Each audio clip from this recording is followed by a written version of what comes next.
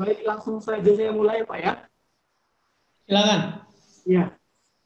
Assalamualaikum warahmatullahi wabarakatuh. Selamat malam semuanya. Terima kasih teman-teman sudah mau bergabung di obrolan kita malam hari ini. Selamat malam juga. Saya ucapkan kepada pembicara kita pada malam hari ini. Ada Bapak Sudirman Said, mantan Menteri SDM. Selamat malam, Pak. Selamat malam. Dan ada Bapak Syamsul Bahri, beliau Ketua Umum Brandilog Sosiologi Indonesia dan dosen Sosiologi FUAD IAIN Pekalongan. Selamat malam, Pak. Selamat Kemudian malam. ada Riza, Assalamualaikum warahmatullahi wabarakatuh. Waalaikumsalam. Kemudian ada Pak Riza, beliau merupakan Ketua PCPN Palang 2 dan Direktur Anak Literasi untuk Negeri Jawa Tengah. Selamat malam, Pak. Kemudian ada Pak Dwi An Eldo, beliau sebagai dosen ilmu pemerintahan UPS Tegal dan Sekretaris Bidang Kominfo PDPM Kota Tegal. Selamat malam, Pak. Untuk mempersingkat waktu, terus Pak Sudirman Said ini menempuh pendidikan di Sekolah Tinggi Akuntansi Negara pada tahun 1990, kemudian melanjutkan studinya pada bidang administrasi bisnis di George Washington University pada tahun 1994. Baik, para peserta sekalian, setelah ini saya akan persilakan Pak Sudirman Said untuk menyampaikan materinya. Baik, saya mulai ya. Bismillahirrahmanirrahim. Assalamualaikum warahmatullahi wabarakatuh. Waalaikumsalam.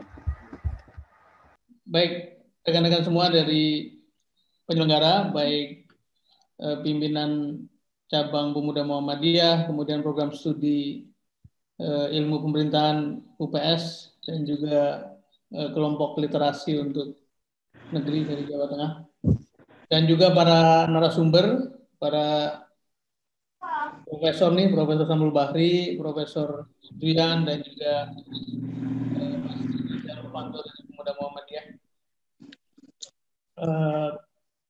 Saya bersyukur berbahagia sekali bisa bersilaturahmi meskipun lewat virtual begitu ya, dan terima kasih untuk undangan ini. Saya diminta menjadi pemantik diskusi dan judul diskusinya sangat berat, jadi kalau disebut obrolan santai itu sebenarnya nggak santai. Tatanan new normal, perspektif sosiologi, pendidikan, dan pemerintahan. Jadi judulnya nggak bisa dibicarakan dengan santai, tapi dengan sangat serius. Tentu saja saya bukan sosiolog. Tadi disebut saya sekolahnya akuntansi, kemudian meneruskan ke MBA program, terus setelah itu banyak mendalami urusan-urusan di pemerintahan, di bisnis, dan juga di aktivitas organisasi. Dan sekarang saya di sini ingin share sebagai Sekjen Palang Merah, ya, bukan mantan menteri. Nanti menterinya sudah ditinggal, sudah jadi sejarah.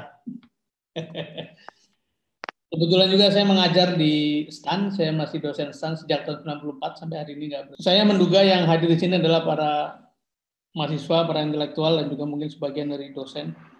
Dan karena itu saya ingin menyampaikan selamat kepada penyelenggara.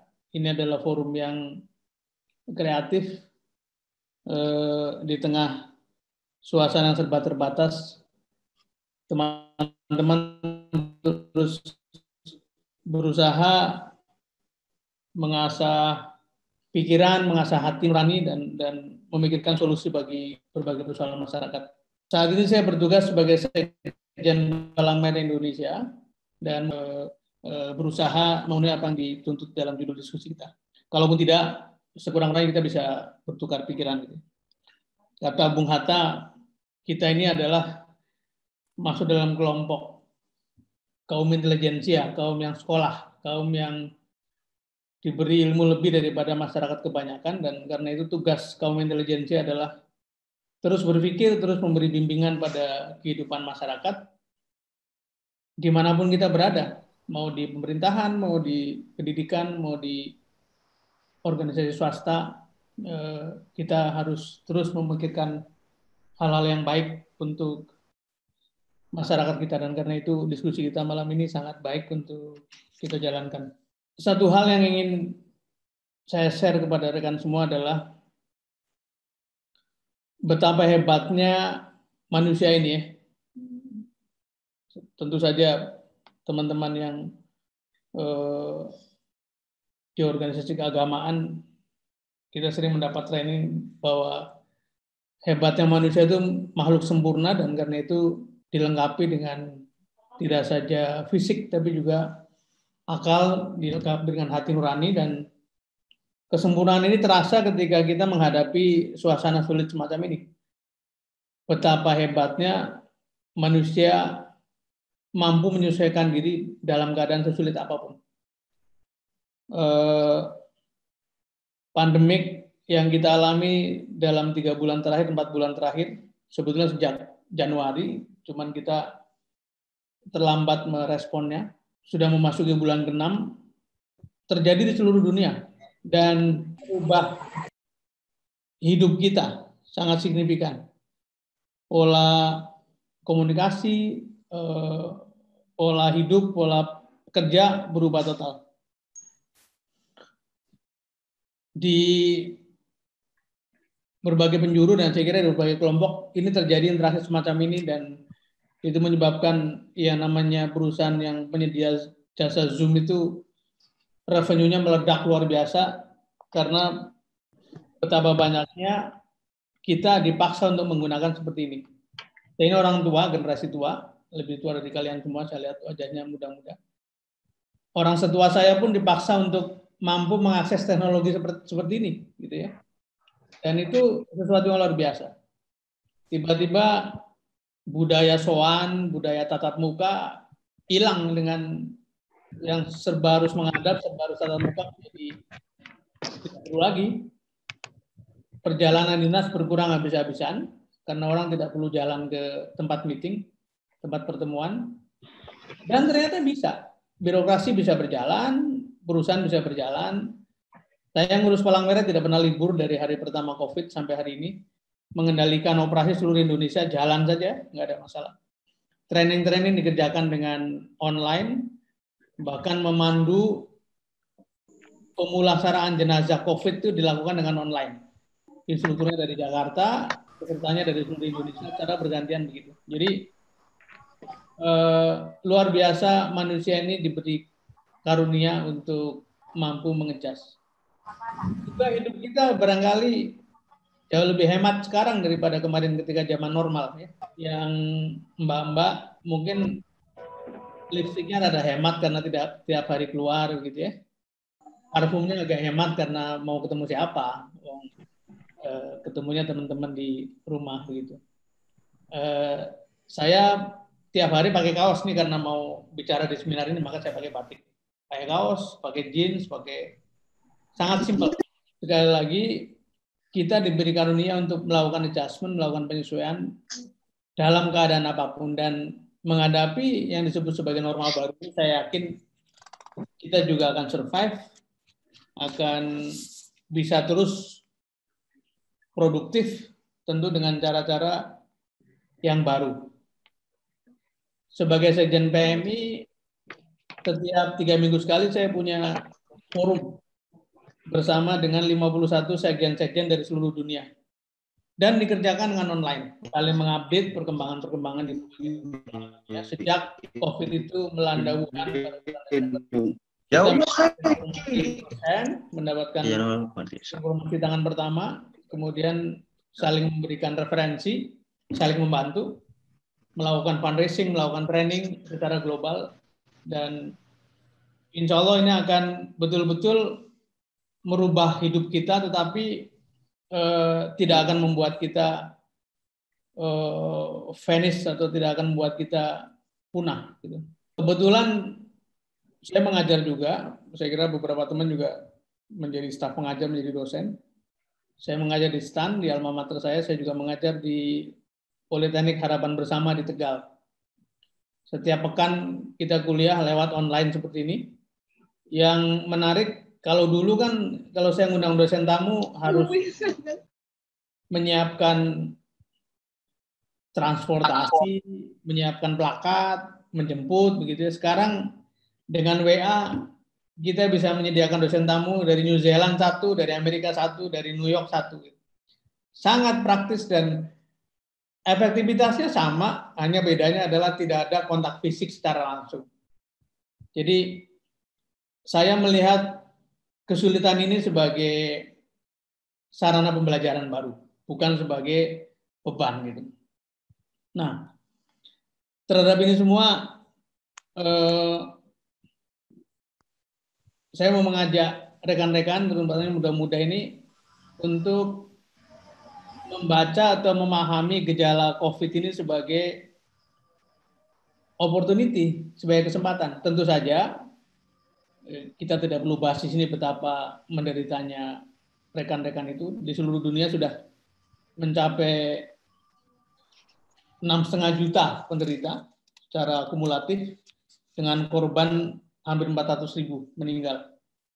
Indonesia sore ini mencatat 28.000 penderita yang positif, 28.818, kemudian yang sudah sembuh 8.892 dan yang wafat 1.721. Tentu saja kita berduka, kita prihatin.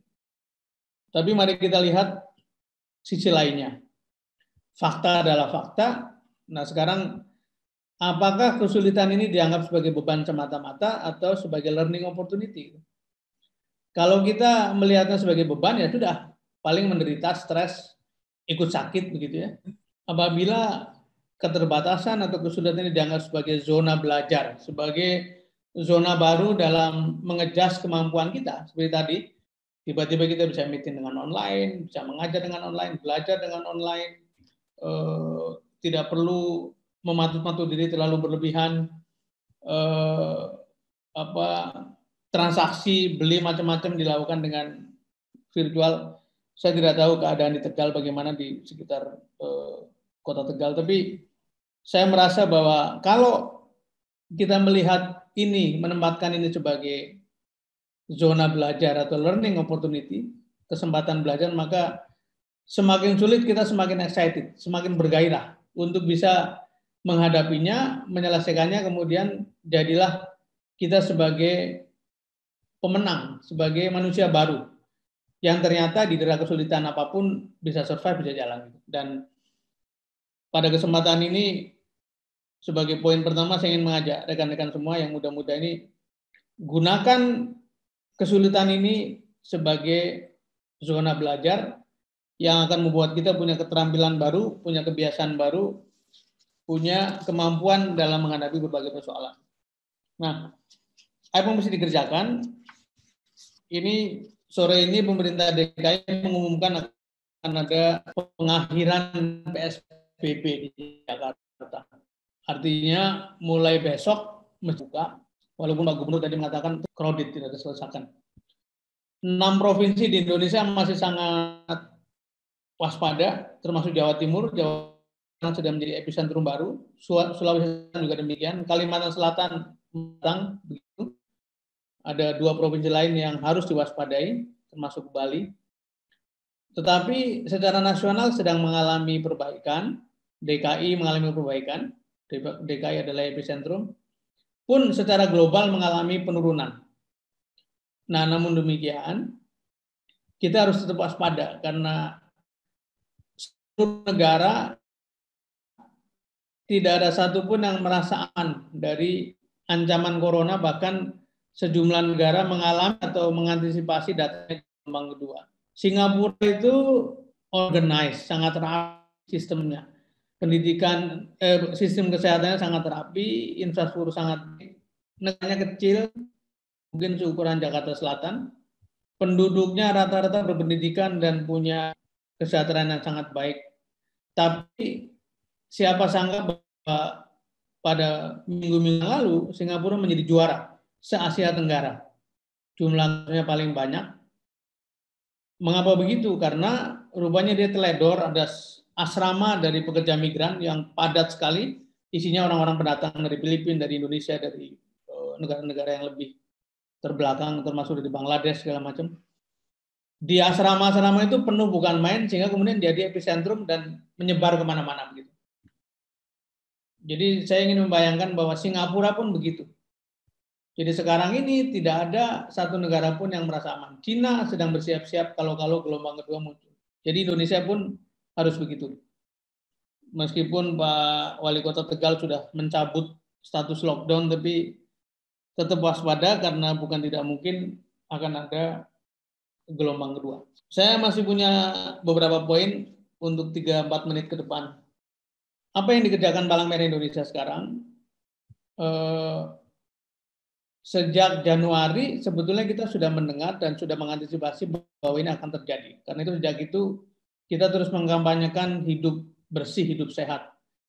Membagi masker ke berbagai penjuru sesuai dengan jaringan yang ada di PMI. Kampanye hidup bersih, cuci tangan, jaga jarak, terus-menerus. Bahkan ketika masih dikatakan masker aja dipakainya untuk yang sakit, kita sudah mengatakan gunakan masker kemanapun. Karena menurut hitungan Pak Ketua Umum PMI, Pak Yusuf Kala pada waktu itu, sejak di Wuhan meledak, Indonesia hanya soal waktu. Mengapa? Karena begitu banyak pelabuhan yang terbuka, yang menjadi pusat lalu lintas orang-orang dari luar negeri. Jadi, dan ternyata betul, begitu Maret muncul satu kasus, ternyata terus berkembang. Karena itu, sekali lagi, tidak boleh merasa aman, dan karena itu harus waspada. Nah, rekan-rekan semua yang sehat ini harus menjadi guardian, harus menjadi penjaga dari keluarga masing-masing. PMI tadi mendampingi masyarakat, gerakan hidup bersih, cuci tangan, sekarang lagi install tempat cuci tangan di mana-mana, di pasar-pasar. Yang PMI aktif pasti akan menyaksikan itu semua. Kemudian yang juga kegiatan adalah menyemprot disinfektan di tempat umum.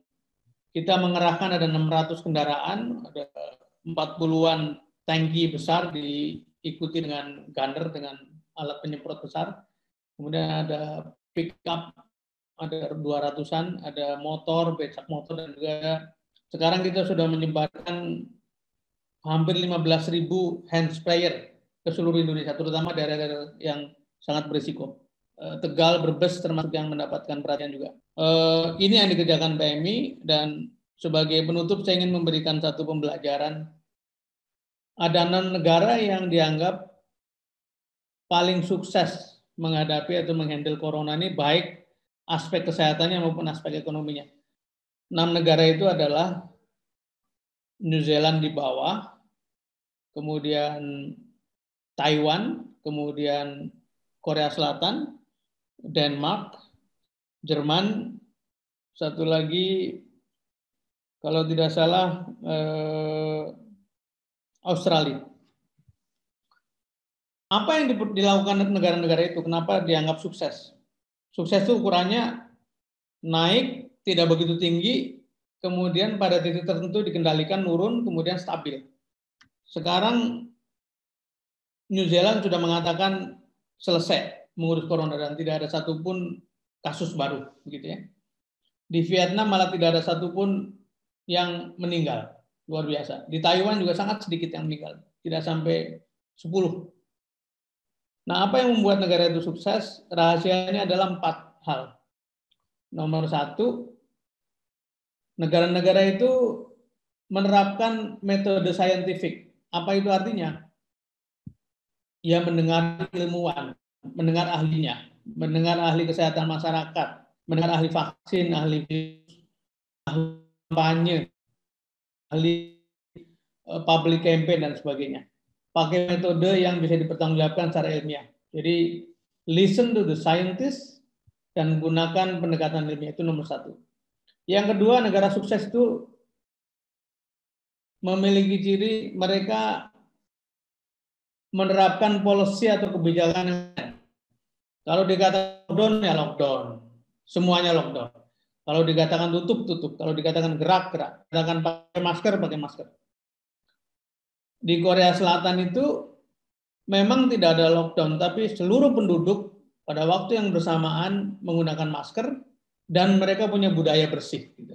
Jadi kebijakannya diikuti oleh warga. Nah, yang ketiga tadi, kebijakan yang konsisten itu diikuti oleh warga, artinya dukungan masyarakat ikut serta dan menjaga disiplin. Nah, poin keempat adalah kepemimpinan yang efektif, kepemimpinan yang kompeten, kepemimpinan yang bisa menggerakkan warganya, sehingga ketika ada kebijakan kemudian diikuti warganya. Nah, 4 ini harus menjadi perhatian kita semua, dan kita semua berdoa mudah-mudahan segera muncul 4 hal di semua level, di pusat, di daerah, sehingga proses pengelolaan pandemi ini bisa segera kita atasi. Sebagai penutup, sekali lagi kepada rekan-rekan semua, para intelektual, para kaum cendekiawan ini, tetap bersikap positif karena kita yakin human being seperti kita ini, manusia-manusia ini punya kemampuan adjustment, penyesuaian diri yang sangat luar biasa, dan dengan itu semua kita tetap produktif tapi waspada, dan kita semua hanya bisa membantu sesama kalau sehat. Karena itu jaga kesehatan, yang mahasiswa tetap bersiap-siap menyelesaikan belajarnya, yang dosen tetap produktif seperti saya ini tiap minggu mengajar, dan yang aktivis tetap berjalan membantu masyarakat, yang juga jadi pengusaha juga tetap bekerja mencari peluang. Saya kira itu Mas Riza, dan terima kasih, selamat berjuang terus, jaga kesehatan, insya Allah kita akan lebih baik. Assalamualaikum warahmatullahi wabarakatuh. Waalaikumsalam warahmatullahi wabarakatuh.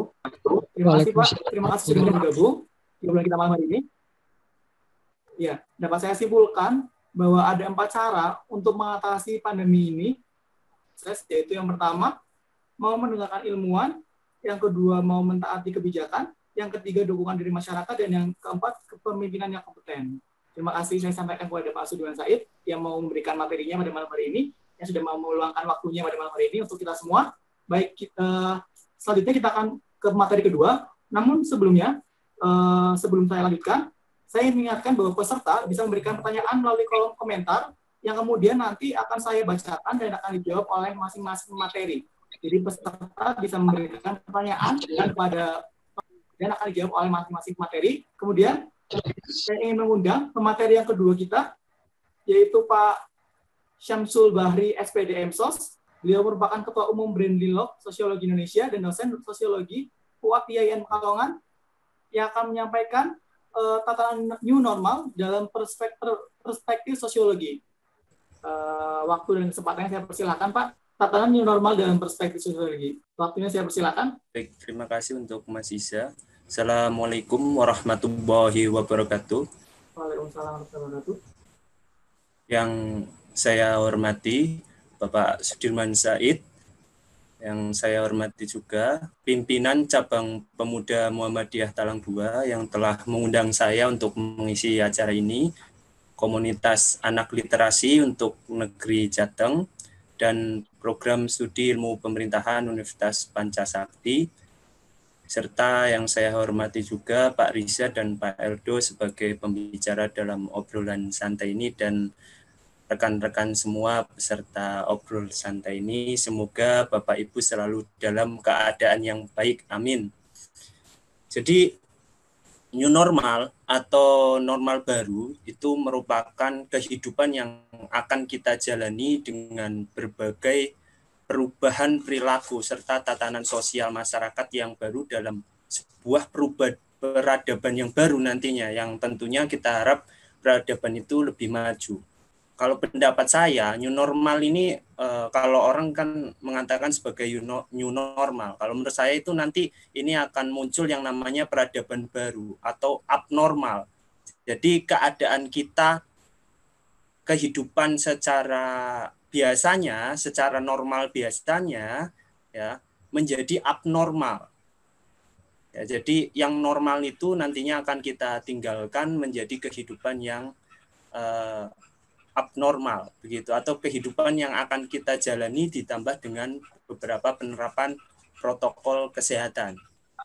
Dalam kehidupan setelah adanya virus COVID, memang telah menyebabkan terjadinya yang namanya anomali, ya, yaitu perubahan kebiasaan kita harus menjaga jarak, ya, physical distancing, tidak bersalaman, harus sering mencuci tangan atau memakai hand sanitizer, adanya pengecekan suhu di berbagai tempat, budaya memakai masker ketika bertemu orang, dan dalam kehidupan sehari-hari.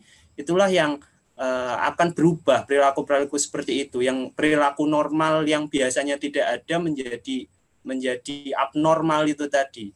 Perilaku-perilaku itu ya, mau tidak mau sekarang kita harus menerima dan mengadopsinya.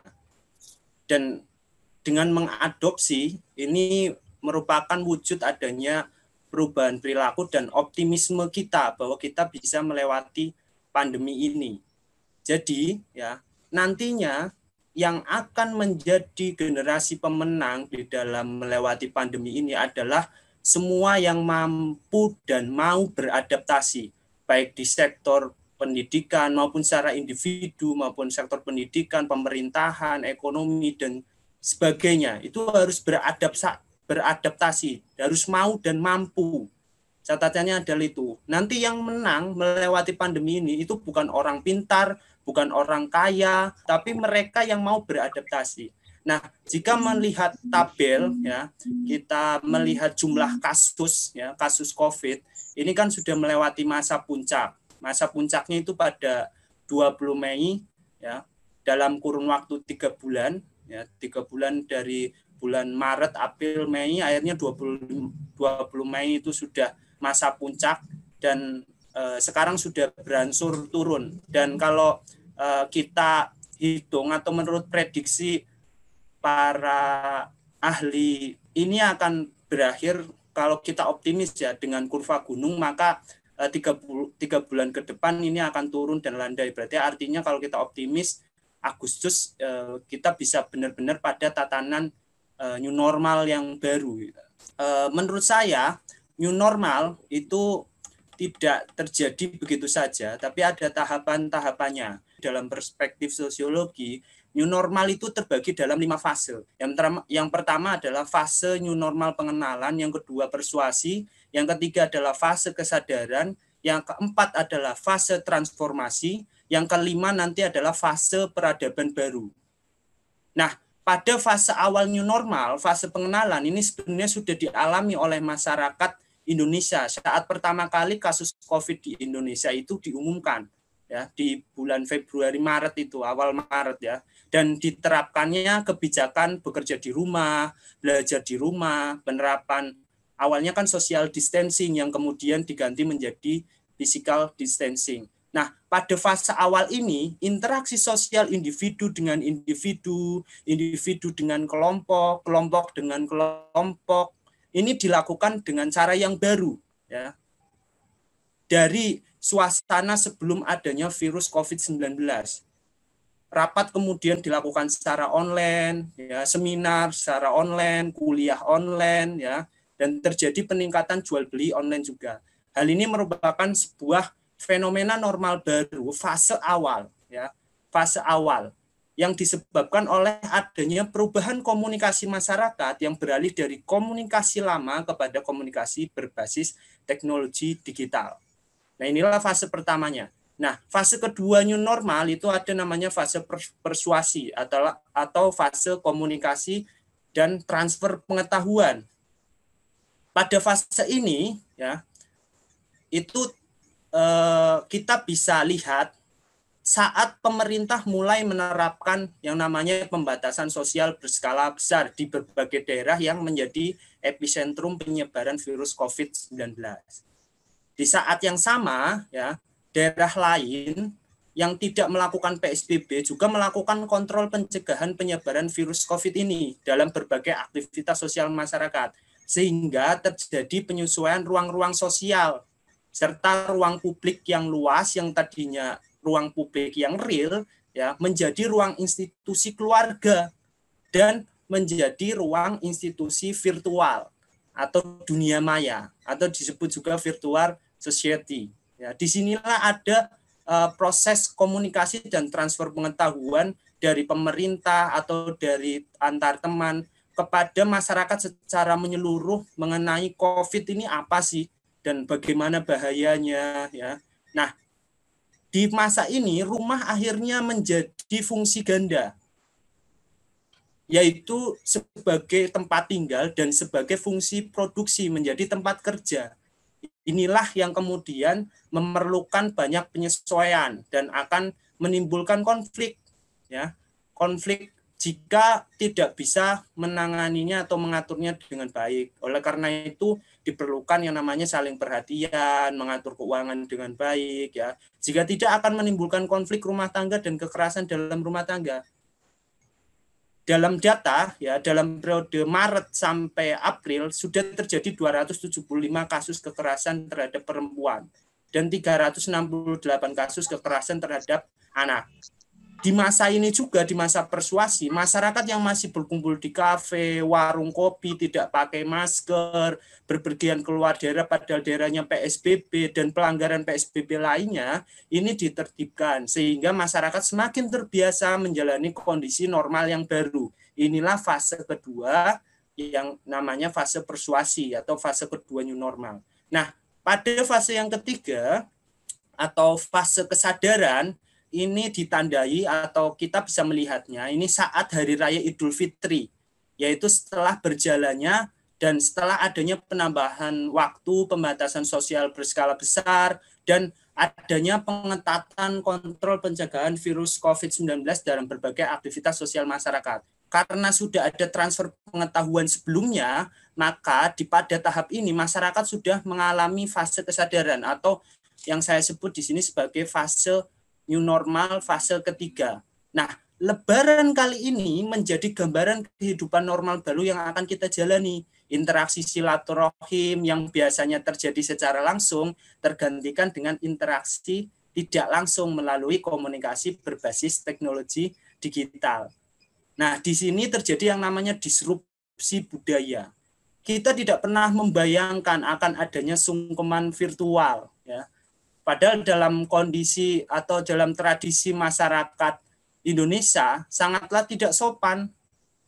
Sebenarnya kalau minta maaf ke orang tua atau saudara yang lebih tua itu menggunakan media digital. Ya. Tapi karena adanya pandemi ini jadi dimaklumilah. Ya. Nah, tradisi mudik dan halal bihalal yang memiliki nilai yang dijunjung tinggi oleh masyarakat di Indonesia juga terdisrupsi, jadi sudah tergantikan ya. Bahkan di beberapa daerah zona hijau ya, kayak di Tegal sendiri ya, itu banyak tertempel ya di rumah-rumah atau di kaos orang salaman tetap sedulur ya kan, tidak bersalaman tetap bersaudara. Cara salaman anak muda pun berubah menjadi hanya menempelkan lengan ya kan.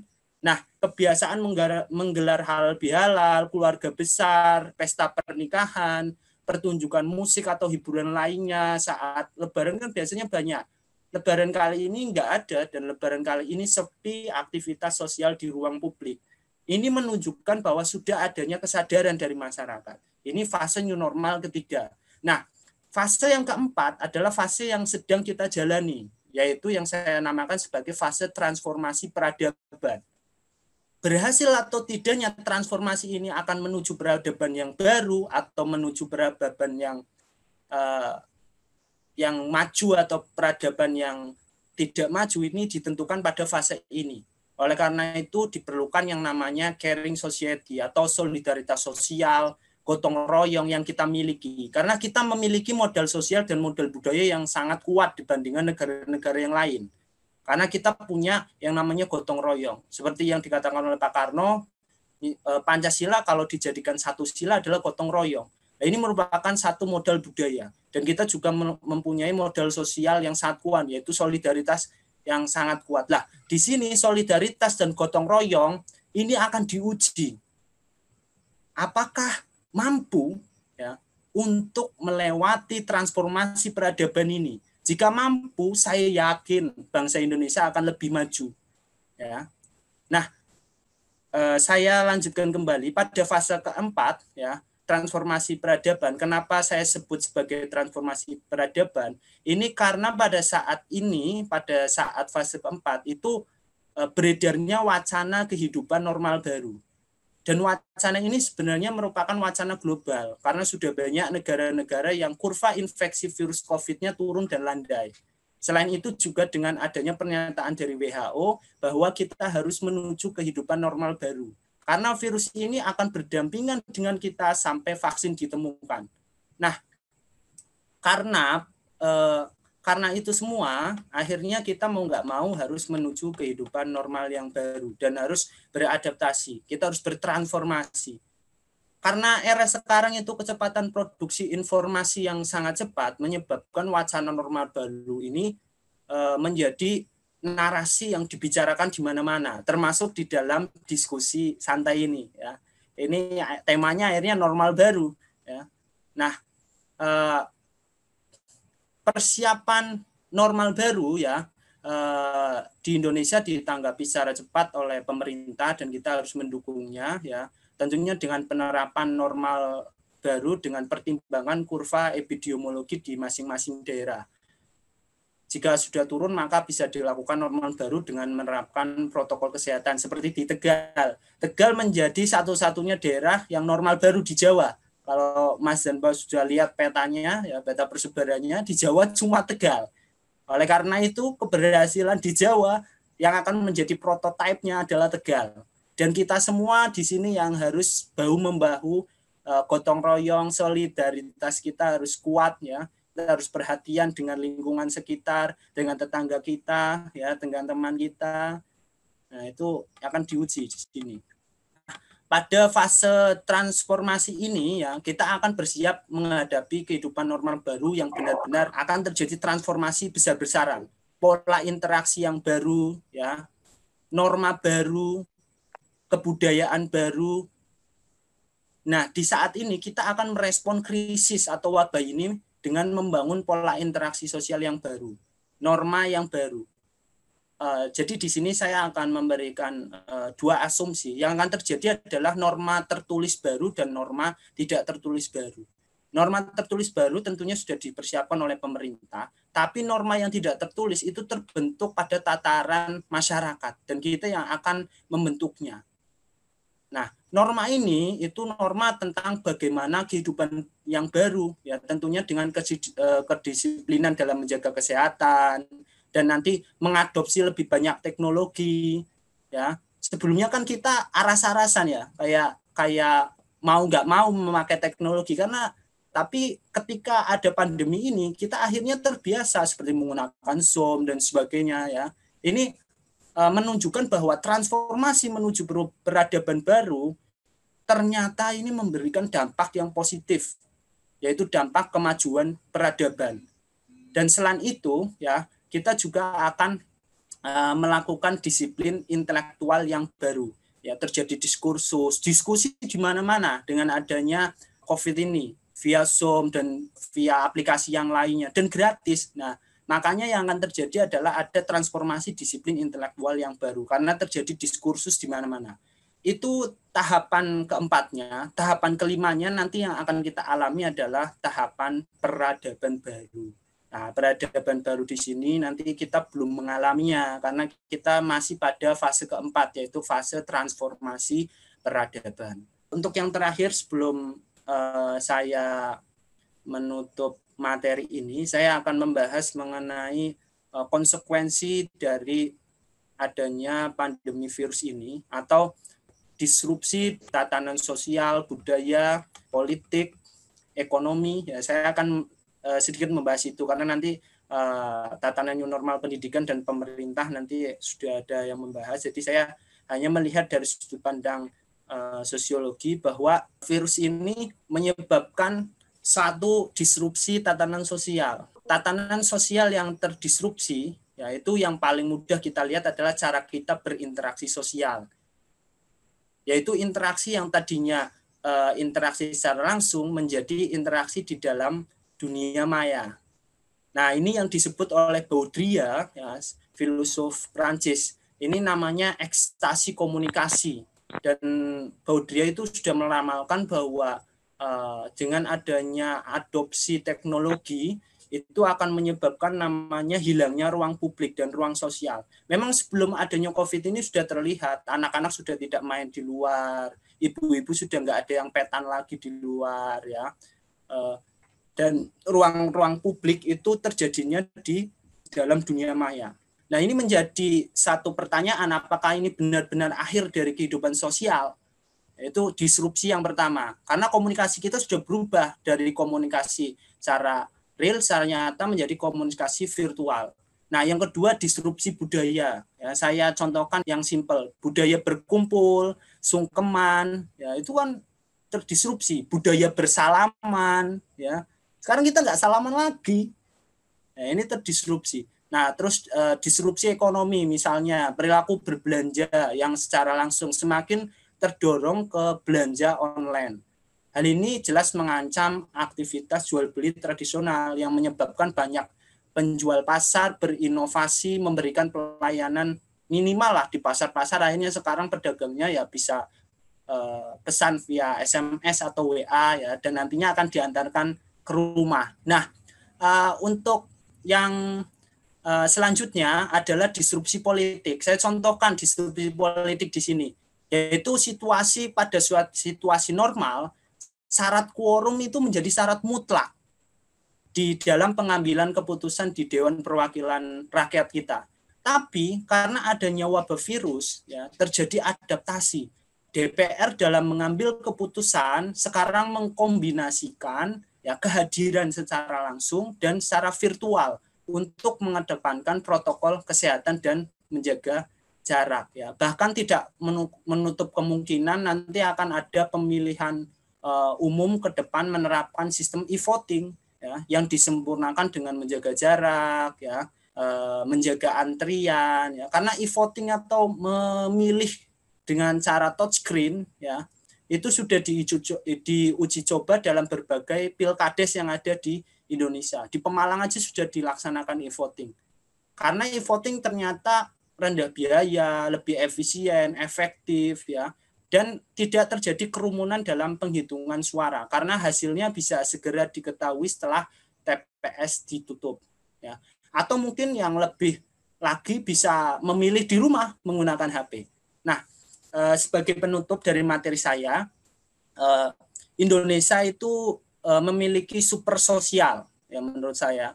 Karena apa? Indonesia memiliki solidaritas dan memiliki modal budaya gotong royong yang sangat kuat. Nah, ini adalah satu modal untuk kita bersama untuk melewati transformasi peradaban ini atau melewati pandemi ini untuk menuju ke peradaban Indonesia yang lebih maju. Sekian materi dari saya. Assalamualaikum warahmatullahi wabarakatuh. Ya, waalaikumsalam warahmatullahi wabarakatuh. Sebelumnya saya akan menyimpulkan kembali yang telah disampaikan bahwa ada 5 fase dalam pandemi ini, yaitu pertama pengenalan, yang kedua fase persuasi, yang ketiga fase kesadaran, yang keempat fase transformasi, dan yang kelima fase peradaban baru. Peserta bisa memberikan pertanyaan melalui kolom chat yang ada akan saya bacakan dan akan dijawab langsung akan disampaikan Riza Anovanto SPDI MPD. Beliau yaitu sebagai Ketua PCPM Talang 2 dan Direktur Anak Literasi untuk Negeri Jawa Tengah. Akan menyampaikan tatanan new normal dalam perspektif pendidikan. Waktu dan kesempatan saya persilakan ya Pak ya. Assalamualaikum warahmatullahi wabarakatuh. Waalaikumsalam warahmatullahi wabarakatuh. Saya akan menyampaikan terkait dengan perspektif pendidikan. Mengacu dengan tadi apa yang disampaikan oleh Pak Sudirman Said sebagai pengantar, tadi sudah disampaikan ada 4 kriteria penanganan COVID-19 yang sudah bisa diatasi, yaitu menerapkan scientific, menerapkan pola hidup sehat, menerapkan dukungan masyarakat yang disiplin, kemudian kepemimpinan yang kompeten. Ya, untuk perspektif pendidikan itu sendiri, itu sebetulnya masih banyak dibicarakan di berbagai media terkait dengan sistemnya mau bagaimana, kemudian mau dimulainya seperti apa, sistemnya seperti apa. Ya, ini butuh komunikasi dan diskusi yang efektif agar pendidikan bisa berjalan sesuai dengan protokol kesehatan. Nah, seperti kita ketahui, jumlah kasus COVID-19 pada anak per tanggal 18 Mei 2020 itu kita bisa lihat sumbernya dari Ikatan Dokter Anak Indonesia. Kita bisa lihat bahwa anak pun bisa terjangkit virus, ya. Bukan berarti anak itu kebal, tapi justru ini kasusnya sudah banyak, ya. pasien dalam pengawasan sendiri ada 3.324 kasus, kemudian pasien dalam pengawasan yang meninggal ada 125 kasus, kemudian yang positif, yang kasus positif pada anak itu ada 584 kasus. Kemudian yang meninggal dari kasus yang positif itu ada 14 kasus. Nah, dari data ini menunjukkan bahwa kita tidak main-main ketika berada di new normal, apalagi ketika pendidikan itu mulai diberangkatkan di tahun ajaran baru. Ini juga masih diperbincangkan dari berbagai pihak. Ya, artinya kita tidak main-main karena itu juga anak, walaupun kondisinya di suatu kota itu sudah zona hijau, misalkan saja kota Tegal itu sudah zona hijau, tapi yang sekolah di kota Tegal itu tidak hanya domisili kota Tegal, nah, apalagi yang perguruan tinggi itu kan dari berbagai kota, bahkan ada yang dari Pekalongan, Cirebon, Brebes, yang notabene masih zona merah. Nah, ini perlu kajian-kajian yang lebih mendalam terkait hal itu, bagaimana kondisi pendidikan ini agar dalam posisi new normal pun bisa berjalan dengan baik. Nah, ini perlu ada diskusi yang serius gitu. Kemudian selanjutnya, penormalan baru pendidikan itu nanti ada 4, menurut saya itu ada 4 perubahan yang akan perubahan yang sangat drastis. Yang pertama adalah standar sarana dan prasarana. Ini penting karena memang setiap sekolah juga mempunyai standar prasarana yang berbeda. Apalagi sekolah swasta yang mungkin sarana prasarannya masih minim. Nah, ini perlu kita kaji di standar sarana prasarana, di mana kita harus melihat apakah di lingkungan sekolah ada tempat cuci tangan, atau sekolah menyediakan masker, hand sanitizer, atau bagaimana. Ini kan perlu ada standar khusus terkait dengan sarana prasarana ini. Nah, yang kedua adalah standar pembiayaan. Nah, standar pembiayaan ini tentu kita berkaitan dengan BOS ya, dana BOS. Artinya dari pihak pusat mungkin ada kebijakan semacam untuk memperbolehkan atau berapa persentase dari dana BOS untuk pembiayaan operasional saat new normal ini. Ya. Kemudian yang ketiga yaitu standar pendidikan dan tenaga kependidikan. Ini lebih kepada kompetensi guru. Ya. Kalau dalam perguruan tinggi mungkin lebih ke kompetensi dosen. Artinya ini perlu adanya pemahaman bagi semua tatanan guru untuk sekaligus menguasai teknologi, karena bagaimanapun juga walaupun pendidikan mungkin nanti ada kebijakan untuk berangkat, tetap saja pasti ada kebijakan untuk mengarah kepada teknologi. Nah, artinya tenaga kependidikan ataupun pendidik itu sendiri harus paham betul terkait perkembangan dan menguasai teknologi itu sendiri. Kemudian yang keempat adalah budaya sekolah. Ini dalam kenormalan baru pendidikan, suatu budaya sekolah pasti akan berubah. Ya, mulai dari kedatangan siswa, kemudian berjabat tangan, yang biasanya berjabat tangan dengan guru itu mungkin hanya dengan isyarat.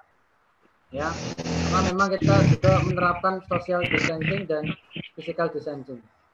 Nah, kemudian selain itu juga ketika mungkin ini lebih kepada sekolah yang berbasis Islam. Misalkan kebiasaan pagi tadarus Al-Quran, biasanya Al-Qurannya itu disediakan sekolah, ini perlu siswa itu membawa sendiri. Ya, ini untuk mengurangi hal-hal yang tidak diinginkan. Ya, Al-Quran bawa sendiri, kemudian sajadah bawa sendiri, kemudian mukena juga bawa sendiri, walaupun kadang juga biasanya mukena itu yang perempuan ada yang disediakan di sekolah. Nah, ini perlu ada persiapan ini juga. Kemudian budaya yang lain adalah budaya ketika berangkat sekolah. Berangkat sekolah itu kita tidak bisa menghentikan bahwa kebiasaan siswa itu bahkan sebagian besar itu berangkat sekolah dengan menggunakan Gojek. Nah, bagaimana ketika menggunakan Gojek itu juga rawan terpapar. Artinya ini harus ada kerelaan orang tua sendiri harus mengantar sampai ke sekolahan. Bagi yang berangkat sekolahnya diantar. Nah, kemudian selain itu penggunaan transportasi umum selain Gojek itu tadi, ada beberapa siswa yang kebiasaannya naik angkot. Ini juga perlu kita waspadai bahwasanya angkot itu tidak ditumpangi oleh 1-2 orang, tapi banyak orang. Kita tidak tahu yang naik angkot itu siapa saja, dari mana saja, asalnya bagaimana.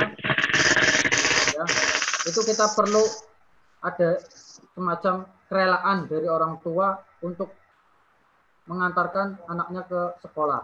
Gitu. Mungkin ada budaya-budaya lain yang lain. Nah, sebagai contoh, nah ini ada rencana kebijakan di beberapa daerah. Yang pertama adalah Kota Tangerang Selatan, Banten. Itu ada rencana untuk menerapkan protokol kesehatan ketika nanti sekolah itu tahun ajaran baru berangkat pada tanggal 13 Juli 2020. Kemudian belajar di kelas seminggu sekali. Nah, sisanya itu daring. Nah, jadi memaksimalkan belajar daring, maka di sini tadi standar pendidikan dan tenaga kependidikan harus kompeten dalam hal ini. Nah, kita sudah hampir 4 bulan dengan sistem daring, itu ada kesulitan misalkan pada guru, kesulitan dalam mementoring siswa-siswinya dalam daring. Nah, padahal ada beberapa guru yang mungkin masih gagap teknologi. Maka ini rencana-rencana ini juga perlu digodok dengan matang. Kemudian di Kabupaten Kediri, Jawa Timur, nah, ini tentu yang pertama adalah menerapkan protokol kesehatan. Kemudian yang kedua, belajar di kelas seminggu sekali. Ini sama seperti tadi. Nah, kemudian memaksimalkan belajar daring. Nah, ini ada tambahan. Kemudian jumlah siswa di kelas dikurangi 50%. Kursi diatur berjarak. Nah, artinya ini akan membutuhkan ruangan-ruangan 2 kali lipat lebih banyak dari biasanya. Yang biasanya satu kelas itu maksimal 32 siswa, itu kalau 50% paling sekitar 15-20. Ini juga perlu namanya persiapan ruangan juga. Nah, persiapan ruangan, persiapan meja dan kursi diatur sedemikian rupa agar berjarak. Nah, walaupun kita lihat meja dan kursi berjarak, kita tahulah anak-anak itu pasti ya di sekolah ketika jam istirahat guyon ke sana kemari. Nah, ini juga perlu dikhawatirkan. Walaupun meja dan kursi sudah dijarak, kemudian sudah dikurangi 50% siswanya. Nah, nanti seminggu sekali di rolling ya, modelnya shift. Nah, itu tetap juga akan menimbulkan kekhawatiran ketika jam istirahat, anak ngobrol ke sana kemari, lari-lari, guyon dan sebagainya. Itu kan ada interaksi dan tidak physical distancing. Nah, ini yang dikhawatirkan. Kemudian yang terakhir saya contohkan yaitu dari Kota Padang Panjang, Sumatera Barat. Nah, yang pertama sama penerapan protokol kesehatan. Kemudian yang kedua jam belajar di kelas dipangkas atau dipotong 50%. Nah, ini jam belajar. Kalau tadi itu di kelas minggu sekali, kemudian di kelas dikurangi siswanya. Tapi kalau ini lebih kepada jam belajar yang dikurangi. Nah, memaksimalkan belajar daring, kemudian jumlah siswa dikurangi. Kemudian yang terakhir adalah sistem belajar di kelas digilir pagi dan siang. Nah, ini model shift pagi siang. Nah, pagi siang juga perlu dikaji lagi. Artinya anak itu yang siang, berangkat siang, itu bisa jadi nanti malah malas akhirnya tidur karena posisi siang hari. Beda dengan yang pagi hari yang kondisinya masih fresh, ya itu nanti hasilnya bisa beda. Maka ini juga butuh pertimbangan lain atau mungkin bisa di-save yang kemarin pagi, besoknya siang itu juga bisa. Ini kebijakan di beberapa daerah. Kemudian di Tegal itu sendiri itu kan sudah zona hijau ya. Di Tegal itu sudah zona hijau. Beberapa hari lalu saya berdialog dengan PLT Dinas Pendidikan Kota Tegal. Itu ada wacana juga terkait seminggu 3 kali. Jadi diselang-seling. Nah, kalau ini tadi 50% berangkat, kemudian dalam seminggu sekali berangkatnya, kemudian dikurangi jam belajarnya. Nah, kalau ini di Kota Tegal kemarin berdialog dengan Dinas Pendidikan, Pak Fahmi, itu mengatakan bahwa ada rencana itu shift-shiftan, ya, tapi beda hari. Misalkan hari ini kelas 7, besok kelas 8, besoknya lagi kelas 9 dan seterusnya. Artinya dalam seminggu itu paling siswa berangkat hanya 3 kali, ya, 3 hari. Itu di Kota Tegal. Tapi yang menjadi pertanyaan besar adalah bagaimana yang tingkat TK dan PAUD. Ini kan perlu kajian lagi. Nah, kemarin TK dan PAUD belum diputuskan. Rencana-rencana itu masih digodok dengan matang. Nah, karena bagaimanapun juga mereka yang masih di bawah umur sekali, yang masih TK dan PAUD itu juga metabolisme tubuhnya masih sangat rendah, masih belum kuat, begitu. Iya.